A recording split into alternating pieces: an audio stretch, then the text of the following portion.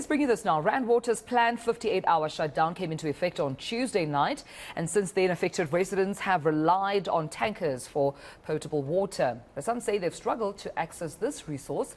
Rand Water is saying the extended outage will give maintenance teams enough time to complete their work. Now, eNCA's reporter Manqoba Mchunu is on the ground talking to residents about how they're actually coping as the shutdown has officially started. Manqoba, good morning to you, colleague. Quite important to check in with our Joburgers in terms of how they're doing. Have they stocked up on water? How are they taking this planned shutdown? Well, certainly, Tumela, I think some of the residents that we spoke to yesterday saying that they were well aware of the shutdown that is taking place. In fact, we went to some of the suburbs here in Johannesburg where they've been the least affected. Residents there are saying that despite the fact that they haven't seen really critical levels of water coming out of their taps, they still are prepared as far as this shutdown is concerned. They did receive the message.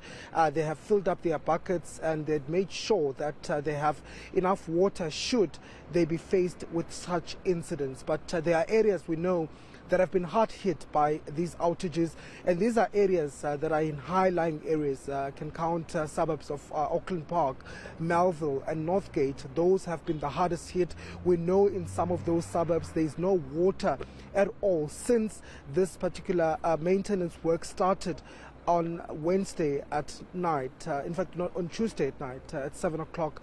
Those suburbs are saying that they haven't had any water up until now. So those are the suburbs that have really been struggling as far as that is concerned. We know, of course, that the maintenance work is still continuing. In fact, Dumela, we know that also there are contingency plans that have been put in place to try and assist those communities. And I'm here in Relied, which is one of the areas where these water trucks will then fill up to go and assist these communities. I'm just going to step out of shot so that you can see, Tumelo, just the amount of water tankers that are here this morning. So this is where they come to fill up and then they will go to the different communities where they'll then fill up the tanks that are there. So what has been provided by Johannesburg Water are tanks that have been stationed at the various critical areas, including hospitals, clinics, schools, as well as petrol stations. So these tanks are then filled up by these Jojo tanks that you see here, and the residents are then encouraged to go to these particular sites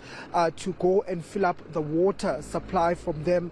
But of course there have been some complaints from some of the residents in those areas that have been affected, who have told us that there's simply not enough tanks that have been placed in some of those communities. In fact, we went to a shopping complex yesterday in North Riding where they say that they have had no water since this maintenance work started. They are not seeing any of the water tankers or tanks being placed in that particular shopping complex. So there does seem that, Tumela, there are still some issues as far as some of the tanks are concerned and where exactly these are being placed. But we know that the Johannesburg Water says that they've now deployed an additional 149 water tanks to assist.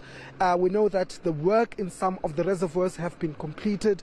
This includes the Daleside pump station, which they say was completed. Water in areas like Ennerdale, Orange Farm have been restored, but there's still problems when it comes to others. There's Warkopis, which feeds Johannesburg, as well as Johannesburg South. We know that one, the work is still not complete in that reservoir, and so we understand that the water supply there is low, and some of the reservoirs they have already run dry. So there's still issues as far as some of those pump stations are concerned. We know the work is going to be finished on Friday morning, but it may still take days before water is fully restored to some of these areas. All right, we'll leave it there. Thank you so much, eNCA's Manqoba Mchunu. We'll continue, of course, tracking down in terms of how residents and businesses alike are coping with the planned water shutdown, but also the promise was made when it comes to police stations, schools, clinics, shopping centres, amongst others. Can residents rely on Rand Water in terms of water being supplied in those key areas? Manqoba Mchunu for us on the ground. We'll catch up with him again later.